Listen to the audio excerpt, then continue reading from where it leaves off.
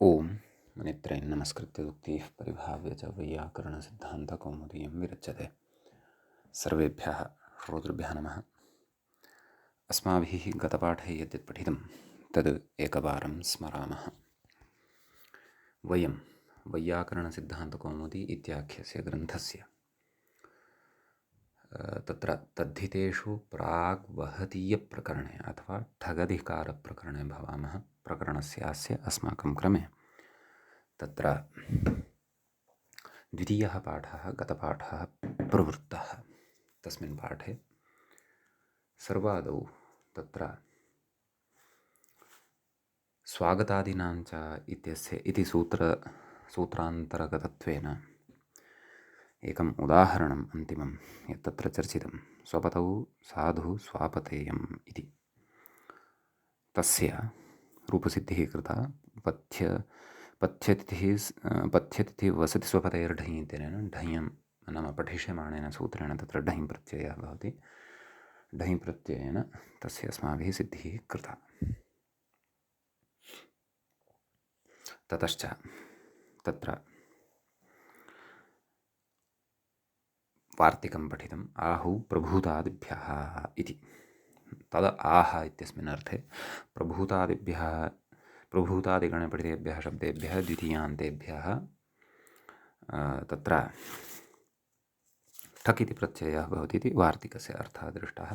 प्रभूतमाः प्राभूतिकः पर्याप्तमाः पार्याप्तिकः इति उदाहरणद्वयं तत्र दृष्टं। तदनन्तरं तत्र पृच्छतौ सुस्नातादिभ्यः इति वार्तिकम् अपि अस्माभिः पठितम्। एवं किल तर्हि तत्र नाम पृच्छति इत्यस्मिन् अर्थे द्वितीयान्तात् शब्दात् अथवा द्वितीयान्तात् समर्थात् प्रातिपदिकात् ठक् इति प्रत्ययः भवति। तत्र सुस्नातं पृच्छति इति सौस्नातिकः इति रूपमेकं दृष्टं। तदनन्तरं सुखशायनं पृच्छति इति सुखशायनिकः इति अपरं रूपं पठितं। तत्र अनुशतिकादित्वात् उभयपदवृद्धिः च अस्माभिः दृष्टा। तदनन्तरं गच्छतौ परदारादिभ्यः इति सूत्रमपि पठितं। तस्य तत्र नाम गच्छति इत्यस्मिन् अर्थे परदारादिगणे पठितेभ्यः शब्देभ्यः द्वितीयान्तेभ्यः ठक् इति प्रत्ययः भवति। पारदारिकः गौरुतल्पिकः इति उदाहरणद्वयम् अस्माभिः साधितम्।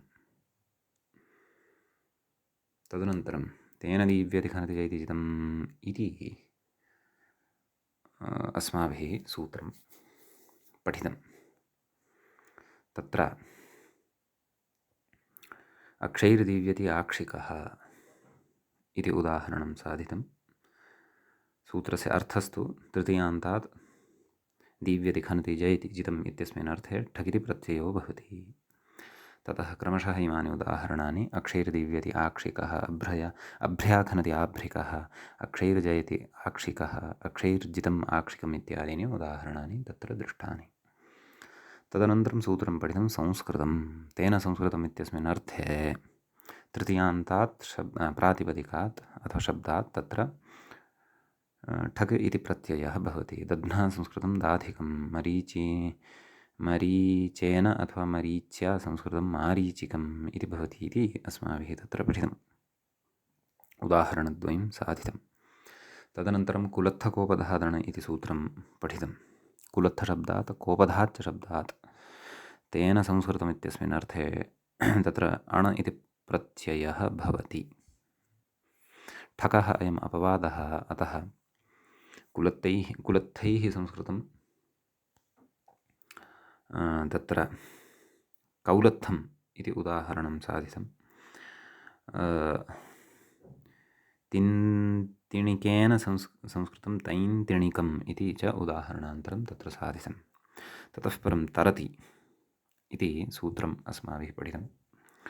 उडुपेन तरति औडुपिकः, तत्र तेन इति अनुवर्तते, तेन तरति इत्यस्मिन् अर्थे उडुपेन तरति औडुपिकः इति उदाहरणं तत्र अस्माभिः साधितं। ततः परं गोपुच्छाठ्ठिङ् इति तत्र सूत्रम् अस्माभिः पठितं।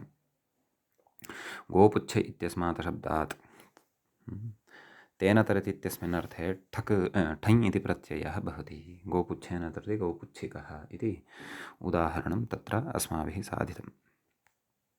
तदनन्तरं सूत्रं पठितं नौ द्व्यचष्ठन् इति। तस्य सूत्रस्य तत्र उदाहरणं दृष्टम्, अर्थः दृष्टः। नौ इति शब्दात् द्व्यचः च शब्दात् ठन् इति प्रत्ययः भवति तेन तरति इत्यस्मिन् अर्थे। नावातरति नाविकः, घटेन तरति घटिकः, बाहुभ्यां तरति बाहुका स्त्री इत्यादीनि उदाहरणानि इमानि अस्माभिः तत्र दृष्टानि। तदनन्तरं चरति इत्युदाहरणं दृष्टम्। तृतीयान्तात् गच्छति, भक्षयति इत्यर्थयोः ठक् प्रत्ययः भवति इति तस्य अर्थः दृष्टः। हस्तिन चरति हास्तिकः, शाकटिकः, शकटेन चरति शाकटिकः, हस्तिना चरति हास्तिकः इति रूपद्वयम् अस्माभिः तत्र साधितं। भक्षार्थोऽपि तत्र चरधातोः भवति इति कृत्वा दध्ना भक्षयति दाधिकः इत्यपि तत्र उदाहरणं दृष्टम्। एवञ्च गतपाठस्य अन्ते व्याख्यायाः पङ्क्तिः इत्थमासीत् हास्तिक इति ठनि। तत्र ठनिन ठक् इति वक्तव्यमिति कश्चन परिष्कारः अपि अस्माभिः दृष्टः आसीत्। ठकि इकेनस्तद्धिते इति टिलोपः इति एतावान् विषयः अस्माभिः गते पाठे पठितः।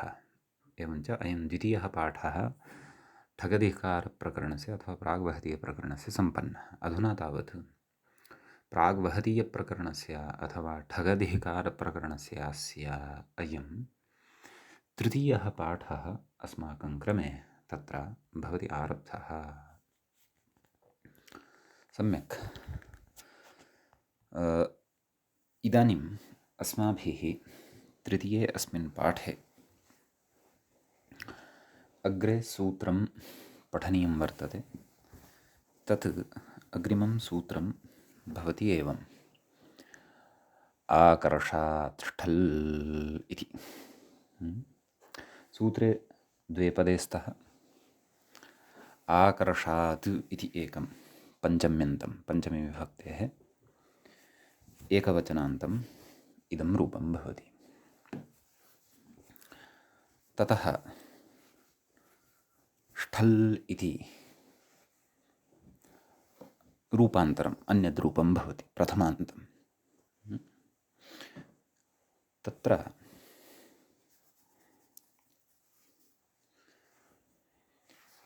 चरति इत्यस्य अनुवर्तनं भवति, नाम तत् सूत्रमत्र अनुवर्तते। तेन दीव्यधिखनिति चेति जितमित्यस्मात् सूत्रात् तेन इत्यनुवर्तते। अपि च प्रत्ययः परश्च ज्ञाप्रातिपदिकात् तद्धिताः समर्थानां प्रथमाद्वा एते च यथावत् अत्र अनुवर्तन्ते। प्रकृते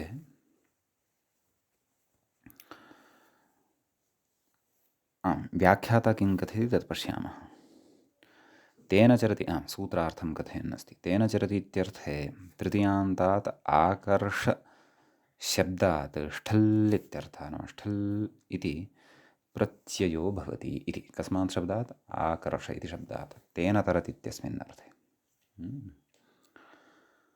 तत्र मूले आकर्षशब्दस्य अर्थं कथयति। किम्? आकर्षः निकषोपलः इति कथयति।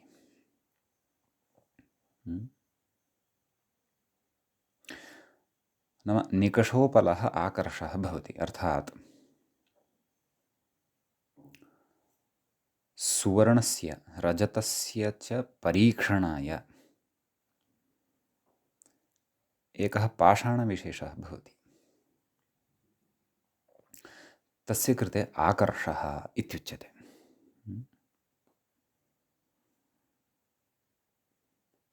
एवं खलु? निकषोपलः तदेव। तत्त्वबोधिनीकारः एतम् अर्थम् इतोपि स्फुटीकुर्वन् अस्ति। पश्यन्तु, यदि भवतां सविधे तत्त्वबोधिनी अस्ति। बालमनोरमाकारेण तु अत्र नोक्तं किमपि। किं कथयति?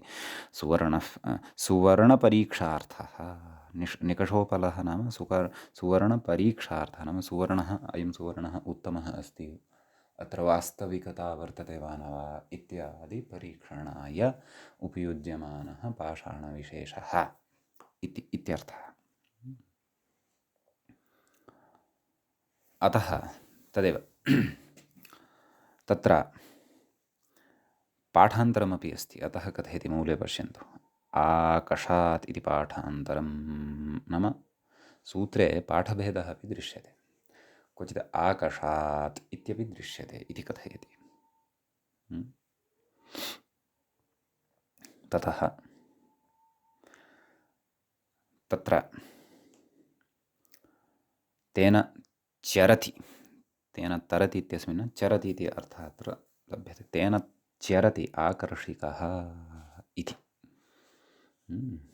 नाम तेन सह यः चरणं करोति नाम गमनं करोति, गत्यर्थकोऽपि खलु धातुः, सः आकर्षिकः भवति इति। आकर्षशब्दात् ष्ठल् भवति। ष्ठलि षकारः इति संज्ञकः शफ् प्रत्ययस्य इत्यनेन, लकारः हलन्त्यम् इत्यनेन इति संज्ञकः, उभयोः तस्य लोपः इत्यनेन लोपः भवति। ततः षित्वान् ङीष् नाम स्त्रीलिङ्गे ष्ठलः षित्करणस्य प्रयोजनं किं नाम ङीष् अपि अत्र अपेक्षितः, अतः आकर्षिकी इत्युच्यते।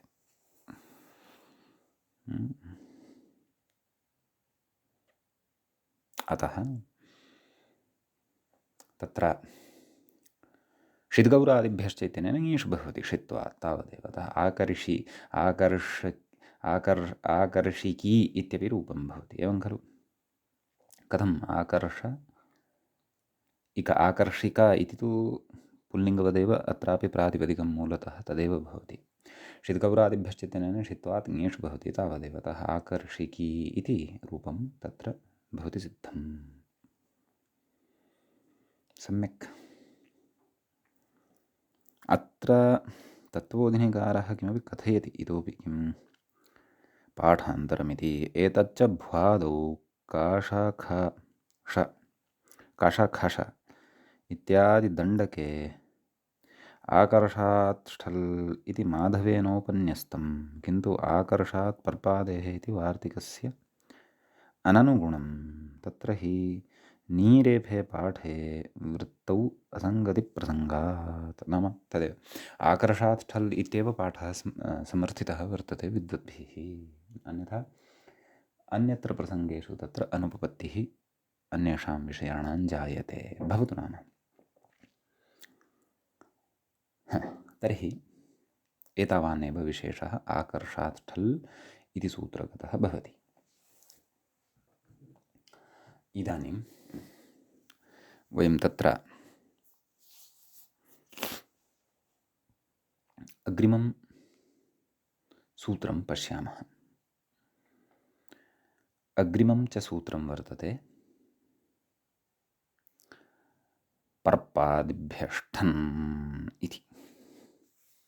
तत्र व्याख्याता कथयति ष्ठन् इति छेदः, नाम पर्पादिभ्यः इति एकं पदं, ष्ठन् इति पृथक् पदम् इत्यर्थः। तर्हि पर्पादिभ्यः तत्र विग्रहः कथम् इति चेत् पर्पः आदिः येषान्ते पर्पादयः तेभ्यः पर्पादिभ्यः बहुरीः भवति, पञ्चम्यन्तं भवति पर्पादिभ्यः इति रूपम्। ततः ष्ठन् इति प्रथमान्तं भवति, प्रकृते चरति इति अनुवर्तते, तेन दीव्यति खनति चेदितम् इत्यस्मात् तेन प्रत्ययः परश्च ज्ञाप्रातिपदिकात् तद्धिताः समर्थानां प्रथमाद्वा एते च अधिकाराः अत्र लभ्यन्ते। सम्यक्। तत्र कोऽर्थः व्याख्यातारं पश्यन्तु। चरति इत्यर्थे तृतीयान्तेभ्यः इति शेषः, नाम चरति इत्यर्थे तृतीयान्तेभ्यः केभ्यः पर्पादिभ्यः, नाम पर्पादिगणे पठितेभ्यः शब्देभ्यः ष्ठन् इति प्रत्ययो भवति। तर्हि पर्पादिगणे के शब्दाः पठिताः वर्तन्ते इति एकवारं तत्र गणं पठामः। गणे एवं शब्दाः सन्ति: पर्प, अश्व, अश्वत्थ, रथ, जाल, न्याय, व्याल। गणसूत्रमपि एकं वर्तते, पादः पच्च इति। अस्तु, किमुदाह्रियते? पर्पेण चरति पर्पिकः इति। पर्पः नाम पङ्गुः। नैव नैव, पर्पः पङ्गुः न। नाम पङ्गुः यस्य काष्ठविशेषस्य, काष्ठेन निर्मितस्य दण्डविशेषस्य आलम्बनमादाय प्रचलति, चलति, चरति वा, सः पर्पः इत्युच्यते। अतः तेन पर्पेण चलति, चरति इत्यस्मिन् अर्थे पर्पशब्दात् ठन्, ठनः ठ अवशिष्यते, पर्पठ। तस्य इकादेशः अत्र आदिवृद्ध्यर्थं निमित्तं नास्ति, अतः पर्पेण चरति पर्पिकः। ठस्य इकादेशः पर्प इत्यत्र पकारोत्तरवर्तिनः, नाम अपरः द्वितीयः यः पकारः तदुत्तरवर्तिनः अकारस्य लोपः भवति। पर्प इक पर्पिक, सुप्रत्ययः सस्य रुत्वविसर्गे सति पर्पिकः इति सिद्ध्यति। एवं खलु अग्रे व्याख्याता कथयति: षित्वं ङीषर्थमित्याह। नाम षित्कर्णं प्रकृते ङीष् निमित्तकं वर्तते। पर्पिकी नाम नाम पर्पेण चरति या सा पर्पिकी। तर्हि अत्रापि तदेव जातेरस्त्रीविषयादयोपधात् इत्यनेन सूत्रेण ङीष् इति प्रत्ययः भवति, पर्पिकी इति रूपं सिद्धं भवति। एवं खलु। एवं रथशब्दः अपि तत्र पठितः गणे। रथेन चरति, रथिकः, स्त्रियां रथिकी। अन्येपि शब्दाः वर्तन्ते। अश्वः, अश्वेन चरति, अश्विकः, अश्विकी, अश्वत्थिकः, अश्वत्थिकी, जालिकः, जालिकी। न्याय इति अस्ति यदि, तर्हि तत्र ऐजागमः स्यात् खलु। नैयायिकः, नैयायिकी, न्यायेन चरति इति। व्यालः, वैयालिकः, वैयालिकी इति। एवं रीत्या तत्र ऐजागमः स्यात् इति मे भाति। नाम अन्येषु उदाहरणेषु गणे पठिताः ये शब्दाः, तैः यानि उदाहरणानि सम्भवन्ति तेषु भवतु। अत्र तु एतावान् नैव नैव भेदः दृश्यते। व्याख्यायाम् अश्विक इत्यपि उक्तं, परन्तु मूले अश्विक इति रूपं न दृश्यते। मूले नैव अस्ति खलु, अस्ति अस्ति अस्ति अस्ति, मया एव अवधानं न कृतं। पर्पिकी इति साधयित्वा मूले अन्यदपि उक्तं खलु, किमपि पश्यन्तु। किं? येन पीठेन पङ्गवश्चरन्ति सः पर्पः इति। येन पीठेन पङ्गवः चरन्ति, चलन्ति, गतिं कुर्वन्ति। नाम पीठविशेषः यस्य आलम्बनं स्वीकृत्य पङ्गवः चलनं कुर्वन्ति, सः पर्पः भवति। अस्तु, ततः अश्विकः, रथिकः इति उदाहरणद्वयमपि साधितम्।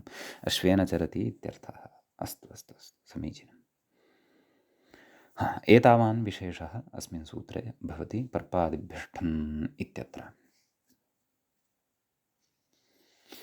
अधुना अग्रे सूत्रम् अत्र वर्तते। किं? श्वगणाठञ्च इति। तत्र सूत्रे द्वे पदे स्तः। श्वगणात् इत्येकं, ठञ् इत्यपरम्। श्वगणात् इति पञ्चमी विभक्तिः भवति, एकवचनं च भवति। ठञ् इति प्रथमान्तं पदं भवति, च इति तत्र अव्ययपदं भवति। चरति इत्यनुवर्तते, तेन दीव्यति खनिति चैतितम् इत्यस्मात् तेन इति लभ्यते। प्रत्ययः परश्च ज्ञाप्रातिपदिकात् तद्धिताः समर्थानां प्रथमाद्वा। इमानि च अत्र सूत्राणि अनुवृत्त्या लभ्यन्ते। सम्यक्। ततः अत्र सूत्रार्थः कः? कथयति: उक्तविषये इति शेषः। मूले उक्तं खलु, किमुक्तं? चाष्ठन्, नाम ठञ् तु अत्रैव पठितः, परन्तु चग्रहणसामर्थ्यात् तत्र ष्ठन् अपि पर्पादिभ्यः ष्ठन् इत्यस्मात् लभ्यते इति। एवं किल? तर्हि कः सूत्रार्थः? सः अग्रे व्याख्यात्रा उच्यमानः अस्ति, पश्यन्तु। श्वगणशब्दात् तृतीयान्तात् चरतीत्यर्थे ठञ् ष्ठन् च स्यादित्यर्थः। नाम ठञ् इति प्रत्ययः ष्ठन् इत्यपि प्रत्ययो भवति इति। एवं खलु? कथयति अग्रे। श्वागणिक इति उदाहरणं वक्ष्यति मानव। नाम अस्य सूत्रस्य श्वागणिक इति उदाहरणम् अग्रे वक्ष्यते। तत्र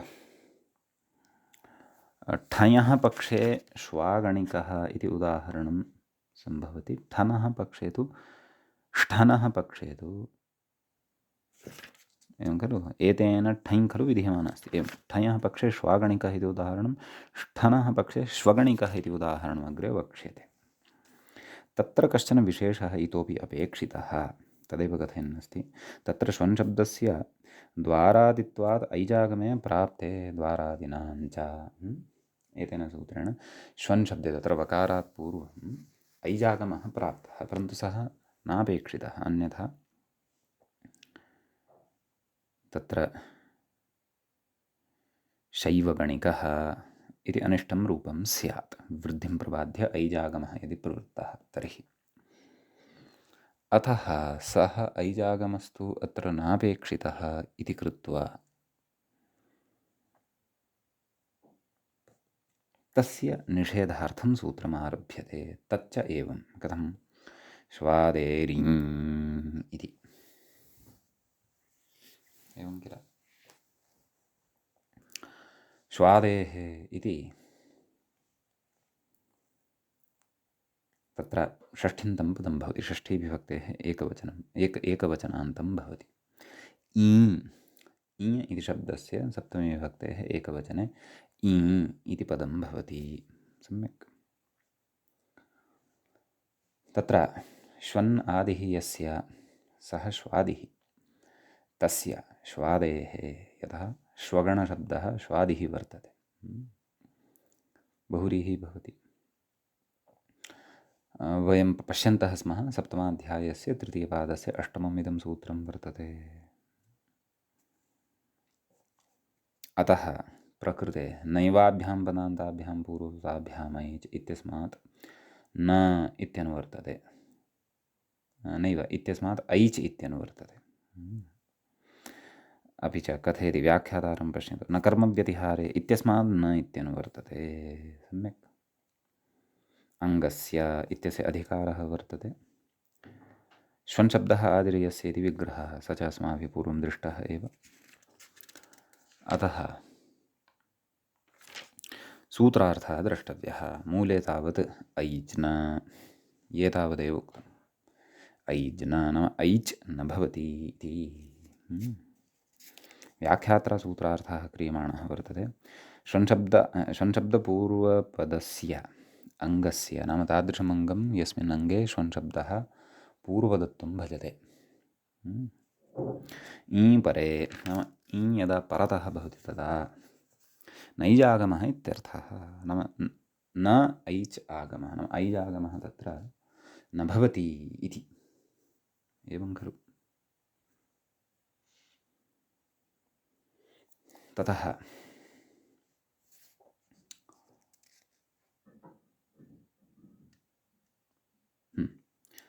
अत्र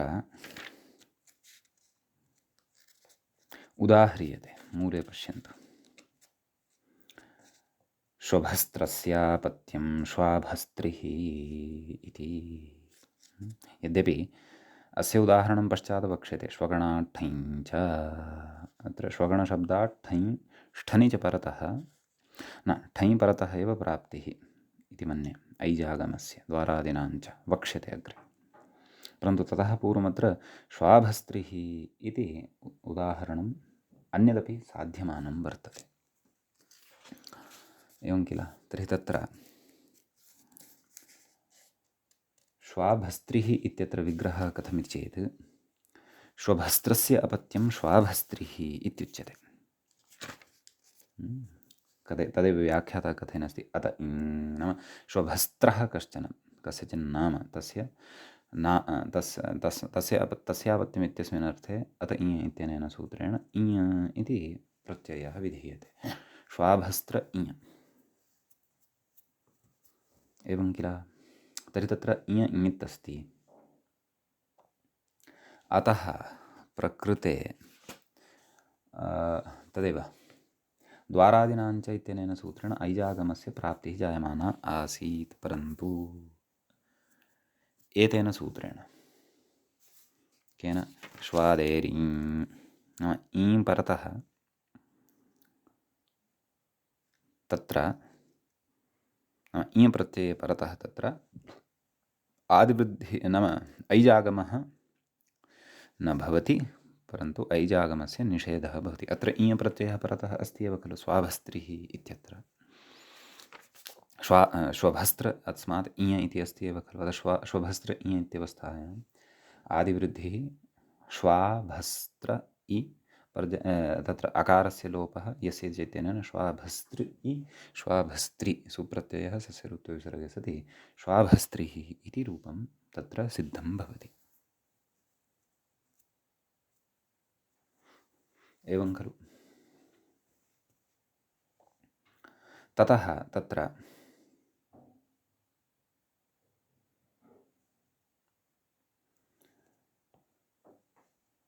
उदाहरणान्तरमपि अस्ति प्रदत्तं श्वादंष्ट्रिः एवं खलु। श्वादंष्ट्रिः इति श्वद्नष्ट्रस्यापत्यम् इति अर्थः। इति विग्रहे श्वद्नष्ट्र इति शब्दात् अत इञ इत्यनेन अपत्यार्थकः इञ तस्मिन् ईं सति तदेव तद्धितेषु चामादः इत्यनेन आदिवृद्धिः या प्राप्यमाणा तां वृद्धिं प्रबाध्य द्वारादिनाञ्च इत्यनेन ऐजागमः प्राप्तः तम् ऐजागममपि प्रबाध्य प्रकृते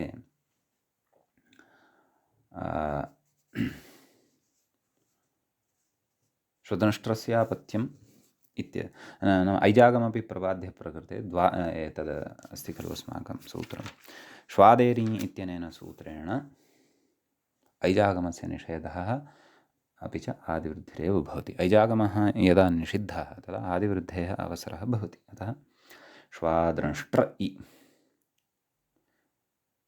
श्वद्नष्ट्र इत्यस्मात् शब्दात् खलु इञ प्रत्ययः विहितः। अतः अधुना आदिवृद्धिः भवति श्वाद्नष्ट्र इ भत्वात् अलोपः श्वादनष्ट्र इ श्वादनष्ट्रि सुप्रत्ययः सस्य ऋत्वविसर्गे सति श्वादनष्ट्रिः इति रूपं सिद्धं भवति। एवं किल।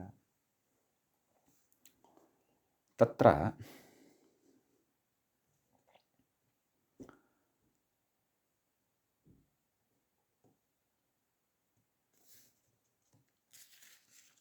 कश्चन विचारः उपस्थाप्यते अग्रे। व्याख्यातारं पश्यन्तु किं कथयति। ननु श्वन् शब्दः एव द्वारादौ पठ्यते। एवं किल। श्वन् शब्दः यः वर्तते स एव द्वारादौ पठ्यते, द्वारादिगणे पठ्यते, न तु श्वभस्त्रशब्दः।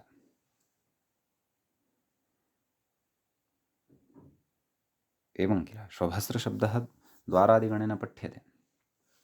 कथयति ततश्च तस्य द्वारादित्वाभावात् ऐजागमप्रसक्तिरेव न।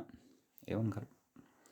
केवलः श्वन् शब्दः एव द्वारादिगणे पठितः तर्हि श्वभस्त्रशब्दस्तु न पठितः, तर्हि तस्य द्वारादिनाञ्च इत्यनेन ऐजागमस्य प्रसक्तिरेव न भवति। प्रसक्तिरेव न भवति तर्हि श्वादेरी इति निषेधस्य किं प्रयोजनं। तदुच्यते तदादिविधाविति मूले पश्यन्तु। तदादिविधौ च इदमेव ज्ञापकम् इत्युच्यते। नाम द्वारादिगणे व्याख्यातारं पुनः पश्यन्तु। द्वारादिगणे श्वन् शब्दस्य पाठे अपि अस्मादेव निषेधात् श्वन् शब्दपूर्वकस्य अङ्गस्य द्वारादिगणे ग्रहणं विज्ञायते इत्यर्थः। एवं खलु। नाम अयं यः निषेधः आरब्धः वर्तते प्रकृते श्वादेरी ईं परतः श्वादेः ऐजागमः न भवति इति उच्यते। तर्हि ऐजागमः प्राप्तः केन? द्वारादिनाञ्च इत्यनेन खलु। तर्हि श्वन् शब्दः एव तत्र केवलः पठितश्चेदपि श्वादेः ऐजागमनिषेधः अत्र उच्यमानः वर्तते खलु। तर्हि यदि द्वारादिगणे श्वादिः शब्दः श्वन् शब्देन न गृह्येत तर्हि अयं निषेधः व्यर्थः खलु स्यात्। व्यर्थः सन् अयं श्वादेरिति निषेधः ज्ञापयति यत् तत्र द्वारादिगणे श्वन् शब्देन श्वादेः अपि ग्रहणं भवति इति सैद्धान्तिकः एषः विचारः बुद्धौ स्थापनीयः। अतः द्वारादिगणे श्वन्पूर्वकस्यापि अङ्गस्य ग्रहणं भवति इति विज्ञायते। किं फलम् इति तदुच्यते। तत्फलं तु श्ववहनस्य इदं शौववहनं नाम नगरं। नाम द्वारादिगणे पठितः श्वन् शब्दः तत्र ऐजागमस्य फलम् अस्मिन् उदाहरणे वर्तते श्ववहनस्य। अत्र ऐजागमः भवति अतः शौववहनं नाम नगरं। श्ववहनस्य इदं शौववहनं नाम नगरम् इत्यादिषु ऐजागमः भवति। परन्तु ईं परतः श्ववहनस्य इत्यत्र तु अण वर्तते। ईं परतः श्वादिः यः शब्दः तत्र तु ऐजागमस्य श्वादेरि इत्यनेन निषेधः एव वक्तव्यः इत्युच्यते। एवं खलु। इति तु श्वादेरि इति सूत्रस्य उदाहरणानि उक्तानि। परन्तु अस्माकं तु भिन्नः एव प्रसङ्गः आरब्धः आसीत्। भवन्तः चिन्तयेयुः वा न वा। अस्माभिः तु श्वगणशब्दः आरब्धः तस्माच्च इयप्रत्ययः न विहितः तस्मात् तु ठञ् अपि च ष्ठन् श्वगणाठ्ठञ् चाठ्ठञ् एवं खलु उक्तम्। तर्हि तत्र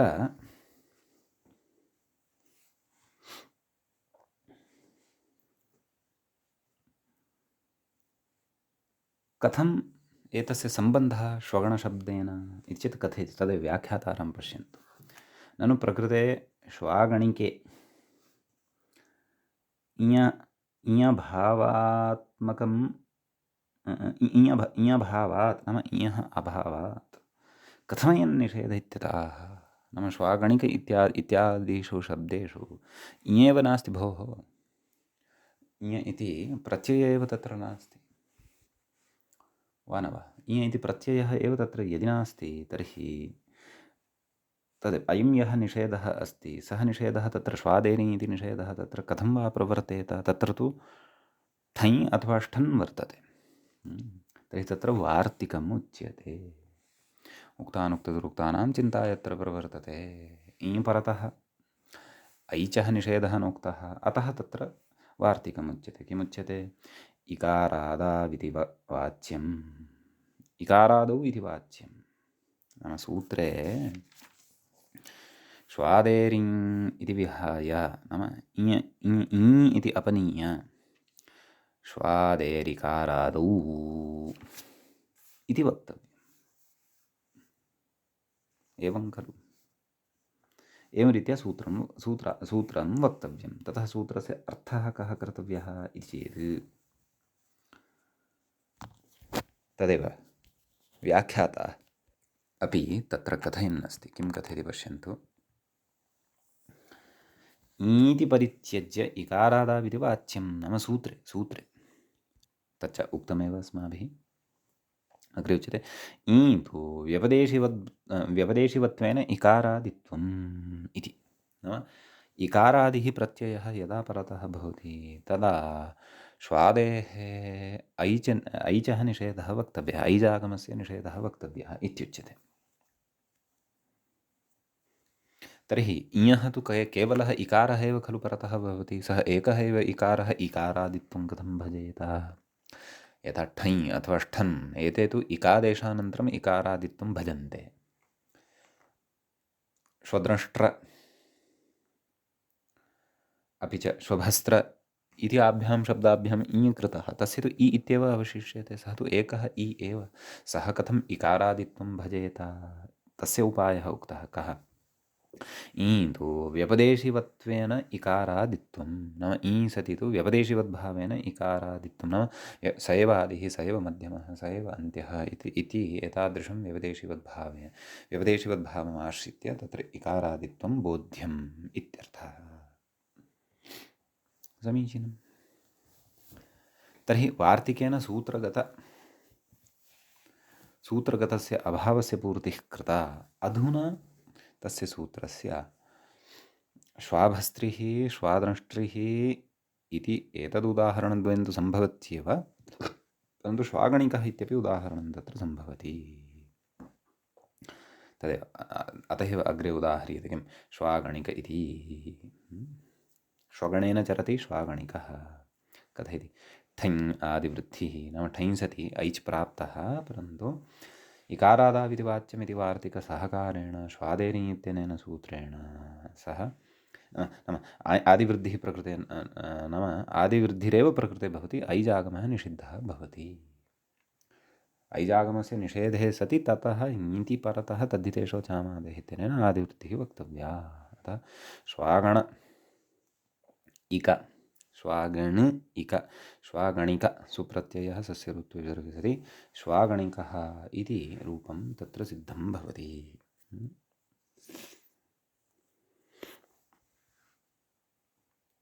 ततः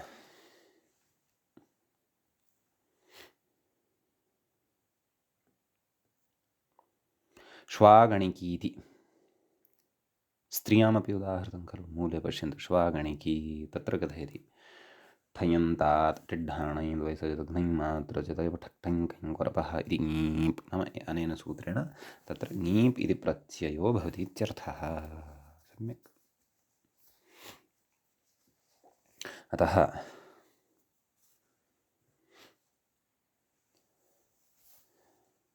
श्वागणिकी इत्यपि रूपं सिद्धं भवति। ततः श्वगणिकः ष्ठनः पक्षे, तदेव अग्रे कथयति श्वगणिक इति ष्ठनिरूपं।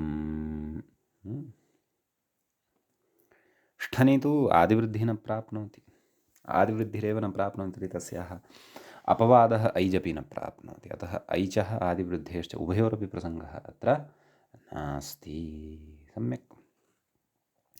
अतः तदेव ष्ठनिरूपं, ष्ठनि तत्र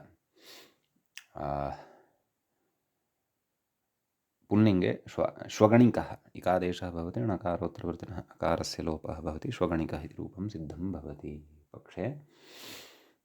तत्र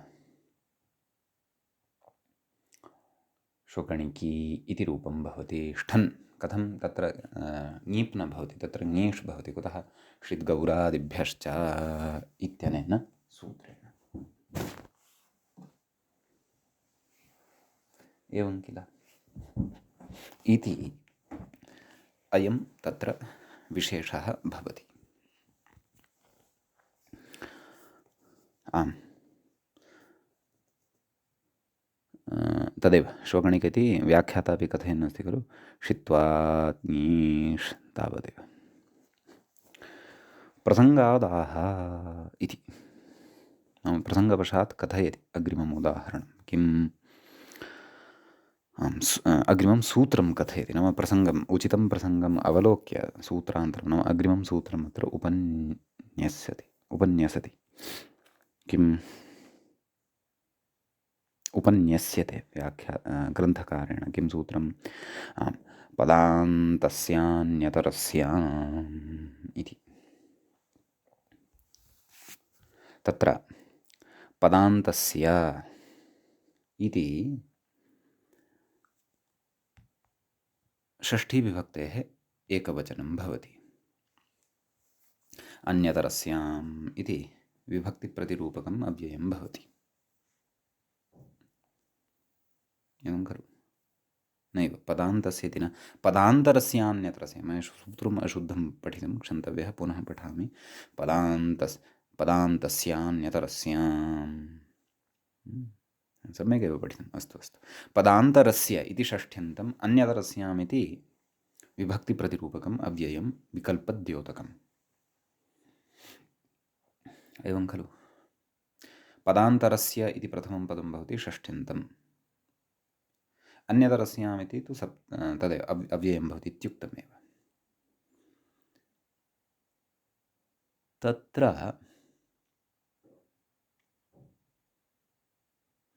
पदम् अन्ते यस्य, पद इत्यपि अत्र शब्दः ग्राह्यः। पद इति शब्दः ग्राह्यः, न तु पदसंज्ञा। स्वकीयं रूपं ग्राह्यं, स्वस्य रूपम् अत्र ग्राह्यं शब्दस्य। पद, प अद अ पद। पद इति एषः शब्दः यस्य अन्ते, सः पदान्तः। तस्य पदान्तस्य बहुव्रीहिः अत्र भवति। षष्ठ्यन्तम् इदम् इति उक्तमेव। प्रकृते श्वादेरि इत्यस्मात् सूत्रात् श्वादेः इत्यनुवर्तते। न कर्मव्यतिहारे इत्यस्मात् सूत्रात् न इत्यनुवर्तते। अङ्गस्य इत्यस्य अधिकारः च अत्र वर्तते।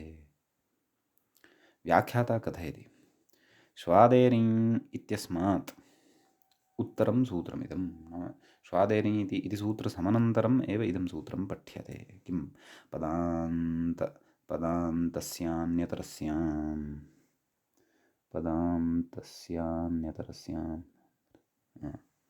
पदान्तरस्य इति नास्ति, पदान्तस्य इत्येव अस्ति। अहं पुनः भ्रमं प्राप्नुवन्नस्मि वा? अधुना निर्भ्रमः। पदान्तस्य इत्येव वर्तते, पदान्तस्य अन्यतरस्यां, न तु पदान्तरस्य। अस्तु, कदाचित् भ्रमः भवति। अधुना मम स्पष्टता अस्ति। पदान्तस्य इत्येव वर्तते, पदान्तरस्य इति नास्ति। भवतु नाम। व्याख्यात्रा विग्रहः क्रियमाणः अस्ति। पदम् अर्थात् पदशब्दः अन्तः यस्य अथवा अन्ते यस्य, सः पदान्तः, तस्य पदान्तस्य। अस्तु, तदाह पदशब्दान्तस्य इति मूले पश्यन्तु। सूत्रार्थः कृतः अस्ति खलु, ऐजवेति। मूले पश्यन्तु, श्वादेरङ्गस्य, नाम तादृशमङ्गं यदङ्गं श्वादी भवति, नाम पूर्वपदं यत्र श्वशब्दः भवति। श्वादेरङ्गस्य पदशब्दस्य, पदशब्दान्तस्य, नाम तदङ्गं कीदृशमपेक्षितं, पदशब्दान्तमेव अपेक्षितं। नाम श्वशब्दात् परतः उत्तरपदत्वेन पदशब्दः एव अपेक्षितः। ऐज् वा, ऐजागमः विकल्पेन भवति इत्यर्थः। एवं खलु। अतः तत्र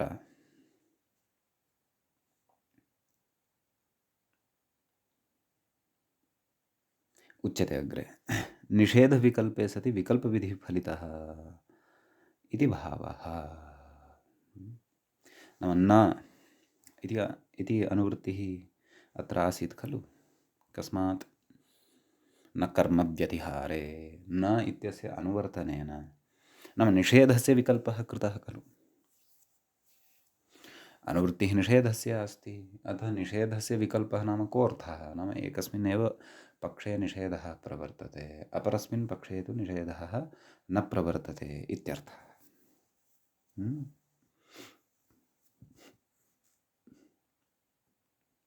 तर्हि तत्र उदाह्रियते, श्वापदस्य इदं श्वापदं शौवापदम् इति वा तत्र उदाह्रियते। तत्र उच्यते, शुनः पदमिव पदं यस्य इति विग्रहः। शुनः पदमिव पदं यस्य इति विग्रहः क्रियते, बहुव्रीहि समासः। तत्र अस्माभिः तत्समासप्रकरणे एकं वार्तिकं पठितमासीत्, भवन्तः स्मरेयुः।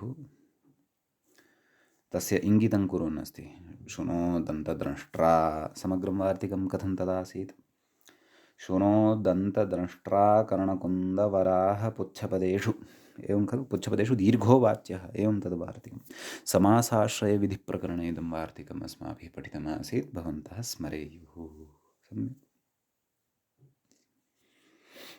तेन सूत्रेण प्रकृते दीर्घो भवति।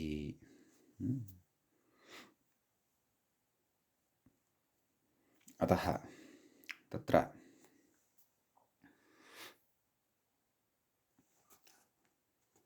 तदेव नाम पद परतः श्व इत्यत्र वकारोत्तरवर्तीयः अकारः तस्य दीर्घः भवति। नकारस्य लोपस्तु ततः पूर्वमेव जायते। तत् अतः उच्यते श्वापदस्य इदं श्वापदं चिह्नविशेषं वा चिह्नविशेषो वा अथवा चिह्नं वा यत्किमपि एवं खलु।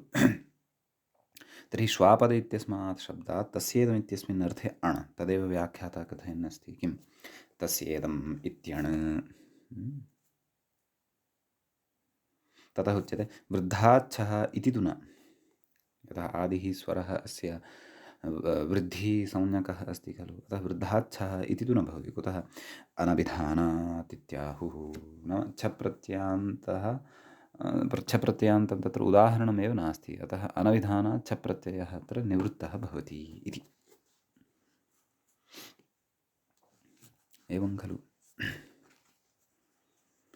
अन्ये तु श्वपुच्छवद्दीर्घाभावे अणमाहुः इति। श्वपुच्छवत् दीर्घाभावे, श्वपुच्छशब्दात् यथा तत्र श्वपुच्छशब्दस्य यथा दीर्घः न भवति, दीर्घस्य अभावे अणमाहुः नाम अत्र अणप्रत्ययः एव भवति इति युक्त्यन्तरम् अन्ये जनाः केचन प्रदर्शयन्ति। परन्तु अत्रत्यः मुख्यः विषयः कः? अणि सति प्रकृते आदिवृद्धिं प्रबाध्य आदौ तावत् ऐजागमः प्राप्तः भवति। एवं खलु, द्वारादीनाञ्च इत्यनेनैव किल। परन्तु तम् ऐजागमं प्रबाध्य अत्र श्वादेरि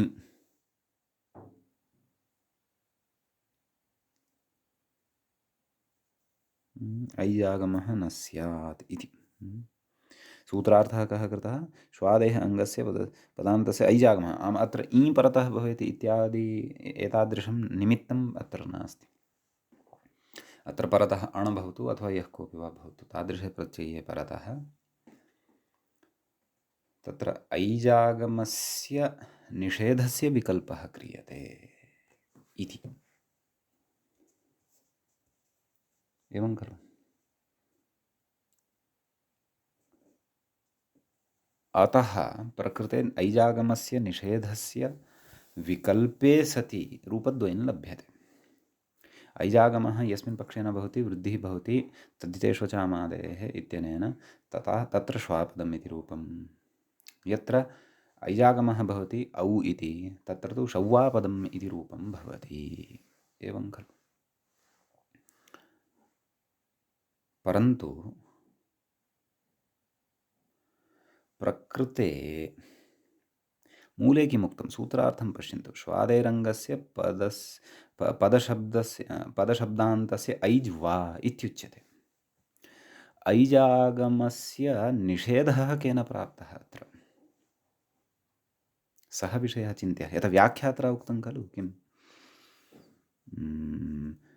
निषेधविकल्पे सति विधिविकल्पः फलितः इति भावः इति कथयति। नाम निषेधस्य विकल्पः। तर्हि निषेधस्य विकल्पश्चेत् निषेधस्य विकल्पः केन वा न वा?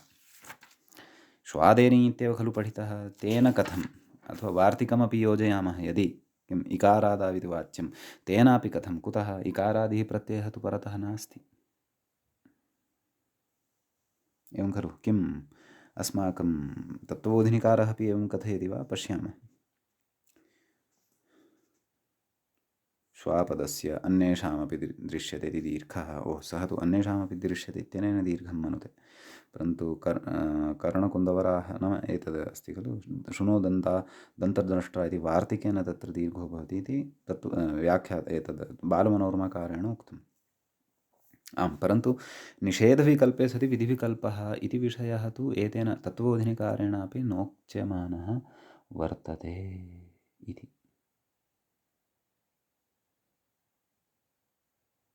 अतः ऐजागमस्य एव अयं विकल्पः इति वक्तव्यम् इति भाति मम। यथा तदेव सूत्रार्थं दृष्ट्वापि साक्षात् तथैव ज्ञायते खलु। श्वादेरङ्गस्य पदशब्दान्तस्य ऐज् वा इति खलु उक्तं, न तु ऐचः ऐच निषेधः वा इति तु नोक्तम्। अतः व्याख्यात्रा यदुक्तं निषेधविकल्पे सति विधिविकल्पः फलितः इति, तर्हि तत्र इदं चिन्त्यं यद् निषेधः केन भोः वा न वा। स्वादेनी इति एकः निषेधः पठितः, परन्तु सः तु इकारादौ प्रत्ययपरतः एव निषेधं कथयति खलु। अयम् अत्र विषयः चिन्तनीयः वर्तते। अतः तदेव चिन्तनीयः नाम अत्र ऐजागमस्य एव विकल्पः वक्तव्यः तावदेव, न तु ऐज् निषेधस्य विकल्पः इति मे भाति। अन्यं यदि निषेधं भवन्तः अन्यप्रकारेण अत्र अवगच्छन्ति श्रोतारः, तर्हि मम कृते अवश्यं सूचयन्तु इति प्रार्थये। एवं किल। आम्, एतावान् विशेषः एतत् सूत्रगतः अस्ति। इदानीं वयम् अग्रे अत्र अग्रिमं सूत्रं पठामः। अग्रिमं च सूत्रं भवति एवं। वेतनादिभ्यो जीवति इति। तत्र वेतनादिभ्यः इति पञ्चमी विभक्तेः बहुवचनं भवति, जीवति इति तु क्रियापदं भवति।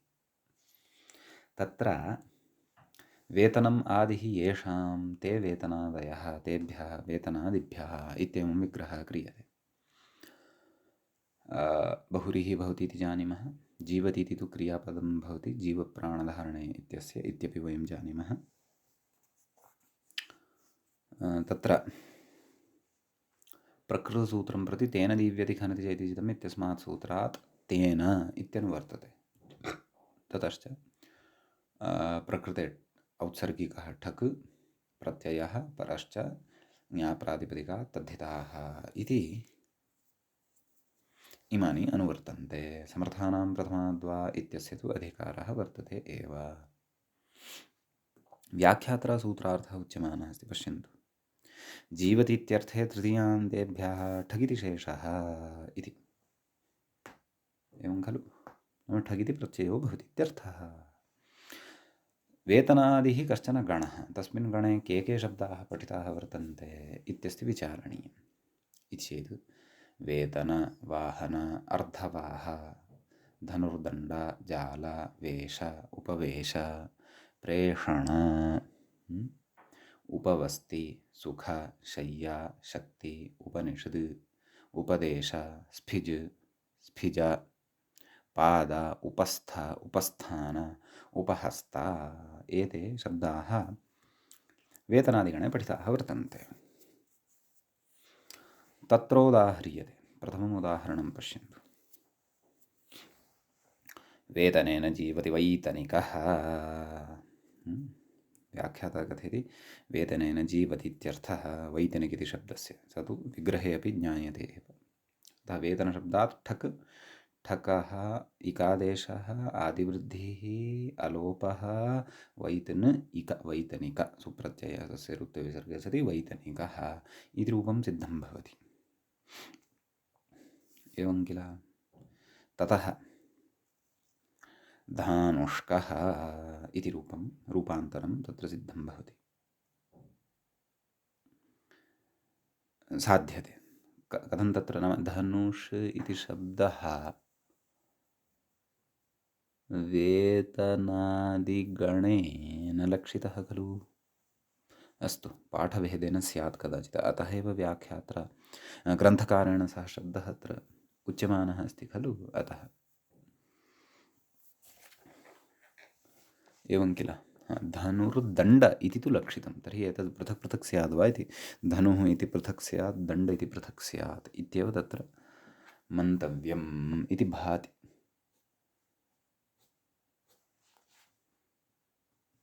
एवं किल। अस्तु, धनुषा जीवति इत्यर्थः इति।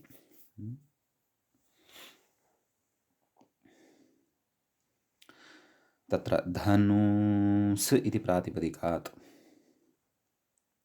उच्यते उसन्तात् परत्वात् ठस्य कः, इसुसुक्तान्तात् कः। इस् उस् उक् तान्तात् इति खलु उच्यते। उस् अन्ते अस्ति कस्य, धनुस् इति शब्दे, पश्चात् तत्र षत्वं भवति, मूलतः तु धनुस् इत्येव प्रातिपदिकं भवति, एवं खलु। तदेव कथयति उसन्तात् परत्वात् ठस्य कः नाम ठकारस्य कादेशः भवति इति। अतः तत्र धनुस् क इति भवति। इणः शः इति षत्वम्, इणः शः इत्यनेन तद् धनुस् इत्यत्र यः सकारः तस्य सकारस्य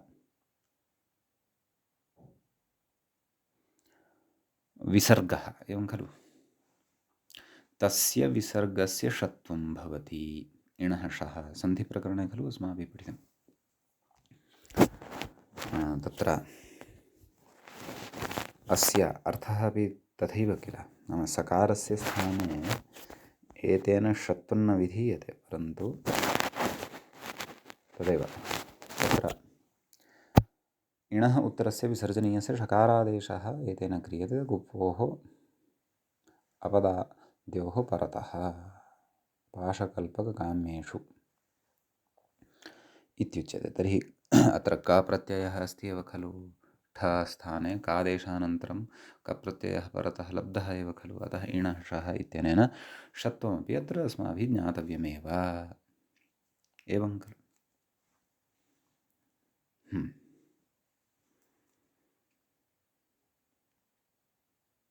धानुष्कं, धानुष्कः इति रूपं तत्र सिद्धं भवति। ततः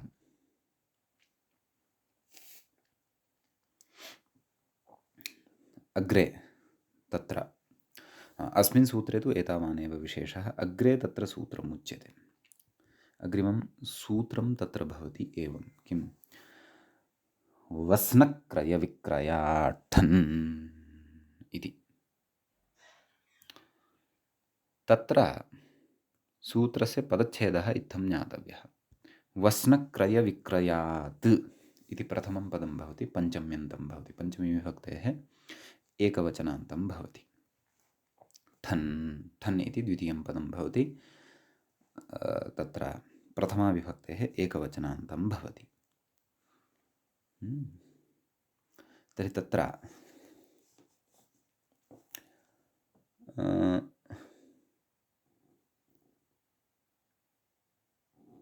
कथं विग्रहः कर्तव्यः इति चेत्,